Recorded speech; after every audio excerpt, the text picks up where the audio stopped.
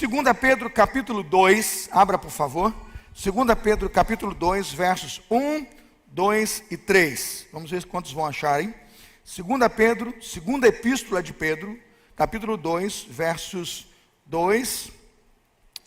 1, 2 e 3. Quem achou, diga amém. É lida entre nós a palavra do Senhor, lembrando que os versos 1 e 2 eu já expus de manhã, e agora à noite nós vamos iniciar a partir do 3 e trabalhar um pouco do final do capítulo 2. 2 Pedro 2:1, assim diz a palavra do Senhor. Assim como surgiram falsos profetas no meio do povo, também haverá falsos mestres entre vocês. Eles introduzirão heresias destruidoras, chegando a renegar o soberano Senhor que os resgatou, trazendo sobre si mesmos repentina destruição. E muitos seguirão as suas práticas libertinas, e por causa deles o caminho da verdade será difamado. 3, todos juntos? 3, movidos por avareza, eles explorarão vocês com palavras fictícias, mas para eles a condenação decretada há muito tempo não tarda, e a destruição deles não caiu no esquecimento. É dura a palavra, mas é a Bíblia dizendo. Para eles a condenação decretada há muito tempo não tarda, e a destruição deles não caiu no esquecimento. Vamos orar. Senhor, abençoa a sua igreja reunida nessa noite, sua igreja santa, ó Deus, igreja que está ouvindo o Evangelho, exposta agora a sua palavra, e que deseja, ó Deus, ser obediente aos princípios e preceitos que estão na sua Escritura. Dá-nos voz, dá-nos força, dá-nos vigor, dá-nos saúde e entendimento. Tira de nós carnalidade, humanidade e pessoalidade. Traga-nos aqui a espiritualidade e a piedade que precisamos para transmitir essa mensagem. Crentes que somos, sábios que somos, queremos agora o mover do Teu Espírito neste lugar, que Teu Espírito Santo liberte, cure e santifique, ó Deus, e transforme cada dia mais a sua igreja. Oramos no santo nome de Jesus. Amém? Podem sentar-se. O texto os irmãos já conhecem e vamos à parte 2 do sermão, o perigo de uma confissão de fé falsa. Já trabalhamos bastante. O primeiro capítulo já foi esgotado, né? O desafio de crescer na fé e de tomar posse, irmãos, da nova vida em Cristo, demonstrando virtude cristã. Já gastamos domingo passado inteiro sobre isso. Hoje, quando chegamos no segundo capítulo, já investimos uma manhã inteira. Eu creio que foram 35 minutos nesta manhã, em que discutimos a questão sobre como a igreja deve e precisa rejeitar o falso mestre e o falso ensino. Um ensino repleto de heresias que destroem e difamam o caminho da verdade. O apóstolo Pedro faz de fato, já sabemos, uma transição entre veracidade da Escritura, a Escritura da verdade revelada, que não é uma interpretação humana, que não é uma invenção da igreja, mas que é a palavra de Deus. O apóstolo Pedro pede à igreja que faça clara distinção entre uma verdade que nos consolida e nos salva, e entre a falsidade e o engano, que nos pode corromper e nos faz perder, tanto, irmãos, perder o caminho da salvação e da vida eterna. Ouvimos com muita frequência, irmãos, que doutrina não é importante. Ouço muito no YouTube, youtubers e pastores deste tempo, dizer que doutrina não é importante, questionam dogmas, como se não fosse necessário dogmas para a igreja, e o pilar de sua fé não fosse algo a ser considerado. Falam mais hoje que relacionamento é mais importante, e o cristianismo é mais relacionamento do que um credo. Cruz credo, isso não é verdade. Meu Deus, a verdade do Evangelho diz que quando Pedro olha para Jesus e ele pergunta: Pedro, quem dizeis vós que eu sou? Pedro, quem você diz que eu sou? Ele disse: tu és o quê? O Cristo? Tu és o quê? O Cristo? O que é isso? Um credo, uma confissão de fé. Quando o indivíduo não sabe a diferença, irmãos, de um credo e de uma confissão de fé, permita-me aqui dizer, ele já está num sistema religioso adoecido e não sabe bem por quê. Tem que ter a Escritura em suas mãos, a palavra como regra de conduta e fé, para regrar a sua fé. E na verdade, muitas vezes o que eu percebo é que esse indivíduo tem como régua ele mesmo, ou um Deus que ele inventou a sua imagem e semelhança. Já passeamos pelo Antigo Testamento, Jeremias, já passeamos por Ezequiel, gastamos bastante tempo conhecendo em todos os textos do Antigo Testamento como esses homens falsos e este evangelho falso já corrompeu a igreja, não somente no Novo Testamento, mas a igreja também do Antigo Testamento fora muito corrompida pelos falsos profetas. Já aprendemos como diagnosticar esse falso ensino. Os irmãos se lembram, a introdução de heresias na igreja. 2 Pedro 2, versículo 1.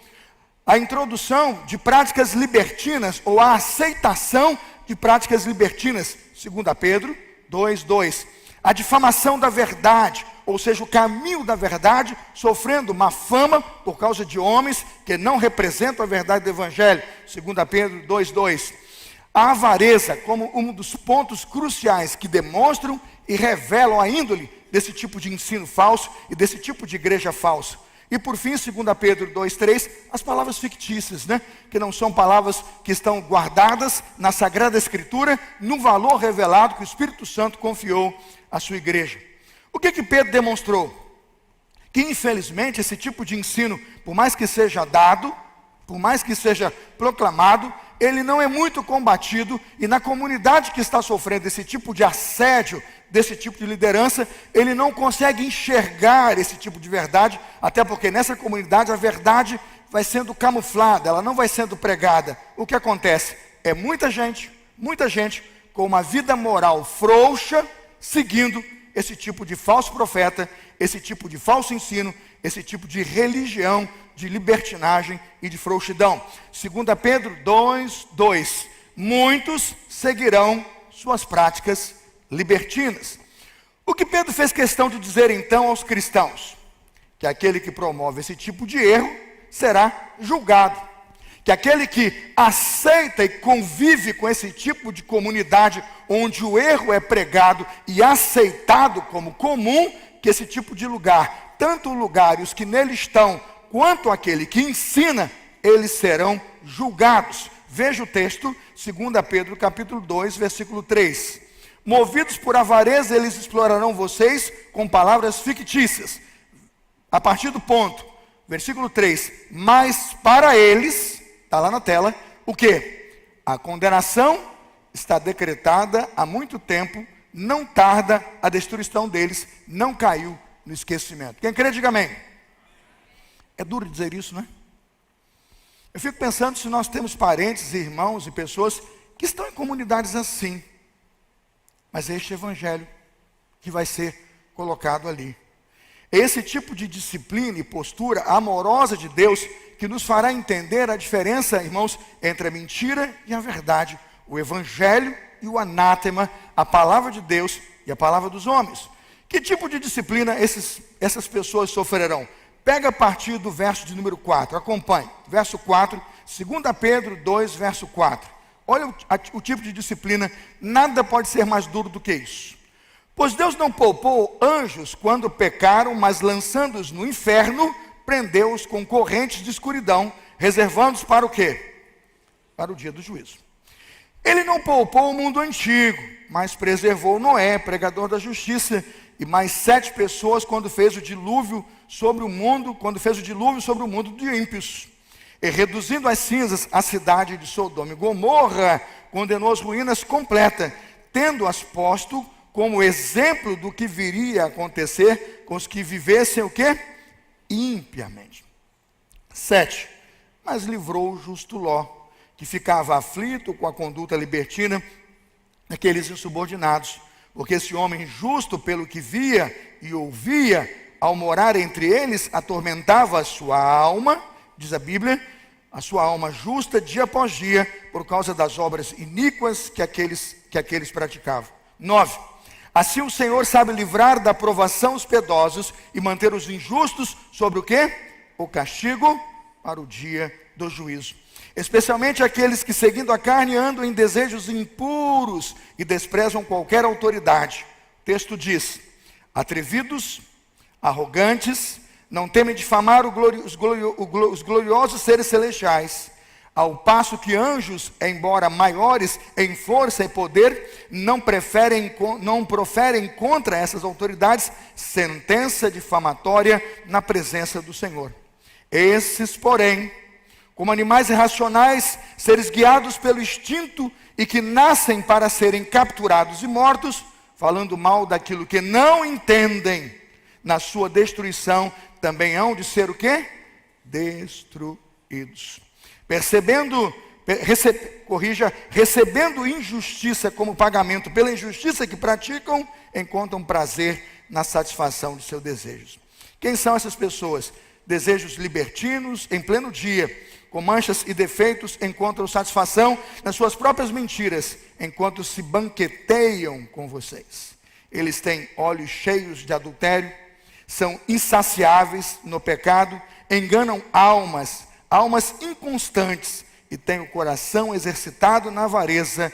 Essa gente maldita, diz Pedro, tendo abandonado o reto caminho, desviaram-se e seguiram pelo caminho de Balaão, filho de Beor, que amou o pagamento pela injustiça, mas ele foi repreendido pela sua transgressão. Um animal de carga mudo, falando com voz humana, refreou a insensatez do profeta. Esses tais, quem são eles? São fontes sem água, são névoas levadas pela tempestade, para os quais está reservada a mais profunda escuridão, porque falando com arrogância, palavras sem conteúdo, enganam com desejos libertinos de natureza carnal, aqueles que de fato estavam se afastando dos que vivem no erro. Prometem-lhes liberdade, e quando eles mesmos são o quê? Escravos da corrupção. Pois aquele que é vencido fica escravo do vencedor. Eu seguro por aqui. Meus amados irmãos, há algo agradável, há algo simpático e doce nesse negócio aí? Não. É uma correção sem precedentes. Talvez seja por isso, eu acredito que talvez muitos dos que estão aqui nessa noite e dos que me ouvem em casa nunca ouviram uma exposição desse texto. Porque, irmãos, não é algo que nos dá prazer ou é algo que devemos fazer com a boca cheia de alegria e com o nosso melhor sentimento. Isso é uma dor terrível. Ver pessoas vivendo esse tipo de religião e muito mais ainda, irmãos, perceber que Deus está lá olhando e corrigindo aqueles que estão acompanhando com uma fé ingênua, com uma fé a que não pode ser, que não se mediu na Escritura esse tipo de ensino. A minha alegria é saber que de alguma forma vemos no texto que aqueles que, olhando disto não participarem, como Noé, vai ser separado. Amém, irmãos? Está no texto. E como Ló, chamado a sair de uma cidade corrupta, foi selecionado para fora. Você diz assim: pastor, o que o senhor está dizendo é que numa comunidade dessa, alguns ainda poderão sair bem? Sim, é isso que eu estou dizendo. Se forem preservados e se tiverem suas mentes capazes de ler a Escritura e perceberem que o Espírito Santo não está naquele projeto e não conduz aquela liderança, aquela comunidade, sim. Tal qual Noé preservado na sua arca, tal qual Ló conduzido para fora de uma cidade corrupta e ímpia, o texto diz que aqueles que guardam o Senhor e guardarem o Senhor, sim, serão preservados. Mas qual é o problema aqui? O problema aqui, meus amados irmãos, é que há uma persuasão forte, em que quem prega e quem ensina como um falso profeta, irmãos, usa linguagem religiosa, um sistema muito bem fundamentado para dizer que o que ele prega é a Bíblia, e quando você percebe, você já está se desviando do evangelho que recebemos do Senhor para outro evangelho. Abra comigo a carta de Paulo aos Gálatas, por favor. Gálatas capítulo 1, pega o verso 6. O verso 6 e o verso 7. Gálatas 1, 6 e 7. Veja como o apóstolo Paulo se assusta como igreja que recebeu um evangelho bíblico, um evangelho santo, um evangelho correto, o evangelho da graça, não era da lei ou da circuncisão, mas veja como já estavam se desviando do evangelho que receberam. Gálatas 1,6 diz assim: estou muito surpreso em ver que vocês estão passando tão depressa daquele que o chamou na graça de Cristo para o quê? Para outro evangelho. Aí veja o 7. O qual na verdade não é outro, porém alguns que estão perturbando vocês e querem corromper o quê? O evangelho de Cristo. Isso acontece sim ou não? Sim, irmãos, isso acontece. Se está na Bíblia, é porque isso já aconteceu. E se temos hoje uma carta como do apóstolo Pedro, na segunda epístola de Pedro, capítulo 2, é um alerta para nós, para que não nos desviemos do verdadeiro evangelho. O que o diabo faz hoje com o falso profeta, com o falso ensino e com a igreja que suporta e crê com esse tipo de ensino? O apóstolo Pedro diz que o diabo cria falsos mestres. Os falsos mestres criam falsos crentes. Os falsos crentes vivem o falso evangelho, promovem uma falsa justiça e um dia lhe será apresentado um falso Cristo. É isso que eu sei que vai acontecer. Se a Bíblia diz, eu creio, isto é o evangelho que prego. O diabo cria falsos mestres criam falsos crentes creem no falso evangelho, o professam, praticam uma falsa justiça e obviamente um dia o mundo lhes apresentará um falso Cristo. E é com eles que eles vão se identificar. Para Jesus Cristo, o falso ensino traz consigo dois grandes perigos, e aqui eu quero explicar aos irmãos. Quais são os dois grandes perigos? O perigo do falso profeta e o perigo do falso professo. Vamos falar lá? Perigo número 1, o perigo do falso profeta. Vamos lá? O perigo do falso e o perigo do falso professo. O que professa com fé uma confissão falsa. Quem ensinou isso e por que Pedro traduz essa carta para os cristãos da dispersão que estão se perdendo no meio, muitas vezes, de um falso evangelho, ouvindo ensinos que são distorcidos? Quem já pregou sobre isso? Jesus. Abra sua Bíblia no Evangelho de Mateus. Mateus capítulo 7, vamos lá? Mateus capítulo 7, a partir do verso de número 15. Acompanhe, por favor. O Senhor Jesus já nos alertou e pregou do alto daquela montanha, no Sermão do Monte, o seu melhor sermão e mais poderoso sermão, dizendo: cuidado, o falso profeta corrompe e promove o falso ensino. O falso ensino forma falsos crentes vivem e praticam uma confissão de fé falsa, porque Jesus não pode sustentar tamanha falsidade de tamanha confissão. Veja o texto: cuidado com os falsos profetas, aqui me refiro ao falso ensino e à falsa doutrina, que se apresentam a vocês disfarçados de ovelhas, mas por dentro são lobos vorazes. Pelos seus frutos vocês conhecerão. Já vimos os frutos lá em 2 Pedro. Palavra fictícia, abominar a lei, não é isso? Vão profanar o evangelho, a avareza, tudo isso Jesus diz aqui, ó. Cuidado com os frutos, por causa dos frutos vocês os conhecerão. Aí ele pergunta, veja o verso aqui: por acaso se colhem uvas de espinheiros? Figos de ervas daninhas? Sim ou não? Alguém aqui já foi no espinheiro lá, num cactus, e comeu uma uva docinha? Nunca! O que Jesus está dizendo, meus amados irmãos, é que tudo que ensinam e que tudo que pregam é compatível com a pessoa que eles são. Eles não dão uvas porque não são videira, eles não dão figos porque não são figueira. Jesus disse que eles são, primeiro, eles são o quê? Espinheiro, e depois são erva daninha. É isso que Jesus está dizendo. Fica aqui o alerta de Jesus então: cuidado com o falso professo, porque o falso profeta forma o falso professo. Ele ouve cegamente, sem medir a escritura, segue e abraça uma falsa confissão de fé. Qual é a implicação prática de tudo isso e como vamos terminar esse domingo hoje, olhando para o ensino do apóstolo Pedro e dizendo assim: Jesus tem compaixão de nós, queremos viver o evangelho santo, verdadeiro, queremos seguir a Bíblia e não queremos proferir uma confissão de fé falsa. O que isso então tem a ver conosco? Tudo a ver.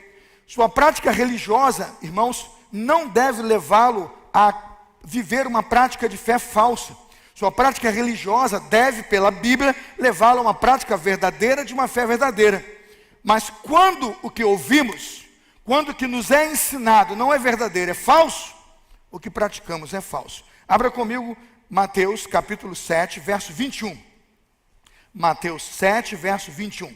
Vejam como que o sistema religioso falso funciona, e absurdamente funciona, parecendo uma religião boa, usando o linguajar que você identifica como santo e verdadeiro, mas que não tem qualquer selo, chancela ou ação do Espírito Santo. É isso que Jesus está dizendo, uma confissão falsa. Veja o verso, Mateus 7, 21. Nem todo que me diz o quê? Essa linguagem Senhor, Senhor é bíblica? É bíblica. Dizer Senhor, Senhor, Senhor, Senhor, tem compaixão de mim. Senhor, Senhor, purifica meus lábios. Senhor, Senhor, ouve a nossa oração. É bíblico, sim ou não? O que o texto está dizendo não é que dizer isso é pecado, mas ele diz a expressão que nos assegura: nem todo. O que ele quer dizer? Nem todo que me diz Senhor, Senhor, entrará onde? No reino dos céus. Qual é o problema de dizer? Ele diz: aquele que faz a vontade de meu Pai que está nos céus. Nem todo que me diz Senhor, Senhor entrará no reino dos céus, mas aquele que faz a vontade. Eu fico pensando, o que isso significa? Ele faz uma confissão dita, mas não prática. Compreende? ele sabe o que tem que fazer e não faz. Ele aprendeu corretamente, este é o assunto até então aqui, é o falso profeta. Ele aprendeu corretamente, ele foi instruído corretamente, mas ele se recusa a ensinar e praticar a verdade. Esse é o pior tipo de apostasia, irmãos, porque eu já sei a verdade, eu conheço a verdade, mas eu decido, sabe Moisés, voluntariamente não praticar a verdade. Isso é o pior tipo de postura que um cristão pode aceitar e assumir ao ter contato com a verdade, ao ouvir a verdade, decide dizer uma coisa, mas fazer outra. Ele diz, é aquele que faz a vontade de meu Pai que está nos céus. Agora continua. Muitos naquele dia vão me dizer, Senhor, Senhor, nós não profetizamos em seu nome, e em seu nome não expulsamos demônios. Veja o poder religioso, né? Em seu nome não fizemos muitos milagres. Tudo o que você imagina num sistema e num grupo religioso está aí. Tudo que você diria como uma figura forjada de poder e de sucesso para um mundo religioso está aí. Profetizar, fazer milagres e curas, está aí. Mas olha a relação com Jesus, o Senhor da igreja. Ele diz assim, então lhes direi claramente. Qual é a sentença de Jesus? Então lhes direi claramente, eu nunca conheci vocês, afastem-se de mim, vocês que praticam o quê? O mal. Mateus capítulo 7, verso 23. Esse tipo de religioso é conhecido de Jesus? Não. Esse tipo de religião é chancelada pelo Espírito Santo? Não. O que me assusta, irmãos, hoje é que nós precisamos de uma capacidade espiritual muito grande para discernir o indivíduo quando diz, quando sabe, mas não faz. Porque Senhor, Senhor são palavras que eu conheço. Expulsar demônios são ações que eu conheço. Fazer milagres são ações que eu conheço. Mas quando Cristo diz, eu nunca vos conheci, o que ele está dizendo é que sua prática é fundamentada no falso sistema. Que suas ações estão debaixo de um ensino e de uma doutrina que não comunga com o evangelho que eu transmiti para você. Foi o que eu disse de manhã. O que adianta você pregar a Jesus e dizer que crê em Jesus e dizer que ama a Bíblia, se você tem que dizer para Deus o que ele tem que fazer? Alguma coisa errada nesse tipo de vida. Se você é que manda em Jesus e determina, eu determino que isto vai acontecer, então você é o centro do universo e Deus é apenas um ser a seu serviço. É disso que se trata.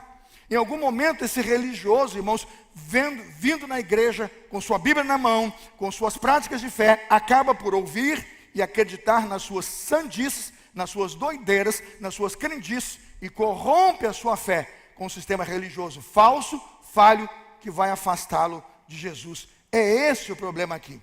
A pior coisa no mundo que eu acredito hoje um crente pode viver é ouvir do próprio Cristo, profetizei, expulsei demônios, fiz milagres, mas no final de tudo, da vida e prática religiosa que vivi, nunca vos conheci. Que Deus tenha misericórdia dessa geração que abraça esse tipo de postura.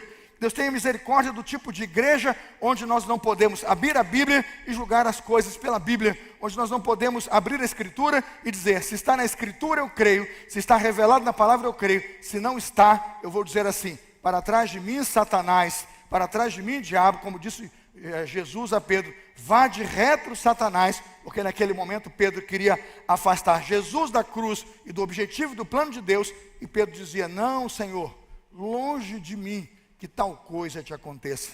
Pedro, um homem cheio de boa vontade, Pedro, um homem compreendendo o Evangelho, querendo amar Jesus, mas naquele momento, totalmente fora da vontade do Senhor, totalmente desviado do ensino do Senhor, tentando interromper Cristo de cumprir a sua morte vicária e seu sacrifício na cruz.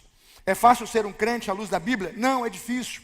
Há que se ter investimento, um alto preço, uma prática profunda e verdadeira dos ensinos cristãos. Mateus 7, 24 e 25, quero terminar o sermão aqui. Mateus 7, 24. Todo aquele, pois, que ouve as minhas palavras e as pratica, será comparado a um homem prudente, que construiu a sua casa sobre a rocha. Caiu a chuva, transbordaram os rios, sopraram os ventos, bateram com força contra aquela casa e ela não desabou. Por quê? Porque tinha sido construída sobre a rocha. Meu irmão, em nome de Jesus, viva uma coerência entre o que você aprendeu e o que você vai praticar. Decida ouvir o ensino de Jesus. Está me ouvindo hoje? Decida ouvir o ensino de Jesus e torná-lo algo prático na sua vida. Diga assim, se a Bíblia diz eu creio, se Deus ensina eu faço, se é da fé eu pratico. Faça com que aquilo que é ensinado, com aquilo que é dito para que seja praticado em você. E cuidado, capítulo 7, versículo 26, acompanhe. E todo aquele que ouve estas minhas palavras e não as pratica, será comparado a um homem insensato que construiu a sua casa sobre o quê? Sobre a areia. Ele ouve, veja o versículo 26, ele ouve e não o quê? E não pratica. Depois de ouvir um sermão como esse, temo eu, que talvez 30, 40, 50% de muitos dos irmãos aqui sairão para não praticar os ensinos que receberam nessa noite. Do que adianta, irmãos, gastar tanto dinheiro, estacionamento, carro, bens, vir ao culto, sentar 1h30, já são 1h35 aqui sentado. Se eu estou ouvindo, mas não quero praticar. Mas se praticar, um fundamento sobre a rocha. Se não praticar, não tem fundamento e não tem base. E por fim, como terminar o sermão? Terminar o sermão com um grande alerta. O pior de todos os aspectos, não é só ouvir e praticar, isso é a bênção. Ouvir e não praticar, isso é ruína. Mas o pior de tudo, é ouvir e praticar o falso ensino. Mateus 7,15. Cuidado com o falso profeta, que se apresenta a você disfarçado de ovelha. Por dentro são lobos vorazes, pelos seus frutos vocês conhecerão. Porque o falso profeta tem um problema. Você ouve, você crê e você faz. E quando você descobrir, fez milagre, expulsou demônios, disse, Senhor, Senhor. Mas Jesus vai dizer, nunca vos conheci. Esta é a parte pior do evangelho. É muitas vezes seguir de boa fé aquele que parece uma boa pessoa, que está lhe ensinando até um caminho engraçado, com risada, né, com comédia, com muita gente rindo e, como diz, com muitos seguidores, mas que vai afastá-lo do Senhor. Este é o pior modelo de vida cristã. Que Deus nessa noite torne santa a sua igreja. Que Deus nessa noite desperte cada irmão a ler 2 Pedro capítulo 2, irmãos, e a concluir que precisamos nos libertar desse tipo de postura e ajudar aqueles que estão presos nesse falso ensino. Fique de pé em nome de Jesus e permita-me terminar aqui o sermão, deixando meu último recado aos irmãos, que está no ensino que estamos passando aos irmãos nessa noite. 2 Pedro capítulo 2, a partir do verso de número 19, do verso 20. 2 Pedro 2,20, eu termino aqui a mensagem dessa noite. 2 Pedro 2,20 diz assim: portanto, se depois de ter escapado da contaminação do mundo, mediante o conhecimento do Senhor e Salvador Jesus Cristo, se deixam enredar de novo, e são vencidos, o seu último estado se tornou o quê? Pior do que o primeiro. Você que ouviu o Evangelho, você que foi confrontado com a verdade, você é quem Deus já disse que aquele líder que você seguiu, aquela igreja que você então admirava, que aquele ensino é falso.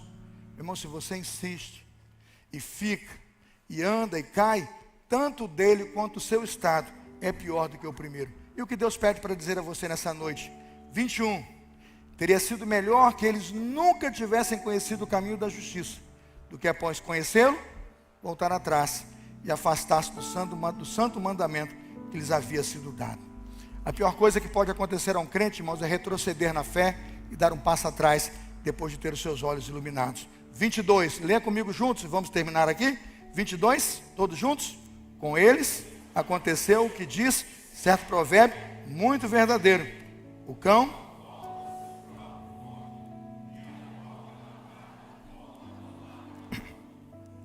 esse cão nunca foi ovelha, irmãos. Essa porca nunca foi ovelha. Como cão e como porco, voltam do lugar de onde realmente, entendo o que eu estou dizendo, nunca saíram. Ore pelas famílias que estão, irmãos, reféns desse tipo de ensino. Ore por aqueles que você conhece, pregue para eles. Esse é um texto, 2 Pedro 2, para você copiar, mandar para um amigo, para uma pessoa que você conhece, que está chafurdando na lama do pecado. Ele tem dançado, ele tem celebrado, ele fala Senhor, Senhor, ele grita, ele pula. Mas ele não tem contato com o verdadeiro evangelho. O verdadeiro evangelho diz que todos os pecados destituídos estão na graça de Deus. O verdadeiro evangelho diz que se confessarmos os nossos pecados, ele é fiel e justo para nos perdoar os pecados e nos purificar de toda a justiça. O verdadeiro evangelho diz que eu sou um homem de lábios impuros e habito no meio de impuros o quê? Lábios. Mas Deus deseja promover purificação. Levante o evangelho, prega o evangelho, para que aquele que ainda não conhece a Jesus possa ser salvo no último dia. Amém? Não desista. Você vai ser o chato, você vai ser talvez a ovelha branca da família, né? Sendo chato e pregando o evangelho. Mas quantos na sua casa poderão ser salvos? Porque você decidiu dizer: abra seu olho, meu filho. Aquele comércio só quer o seu dinheiro. Aquele lugar não lhe tem como ovelha. Eu não estou julgando, eu estou afirmando na Bíblia que existe um lugar assim. E talvez nós tenhamos gente nossa lá. Que Deus traga às pessoas a palavra da verdade. E que a palavra da verdade seja a nossa fonte de caminho de libertação. Quem crê, diga amém?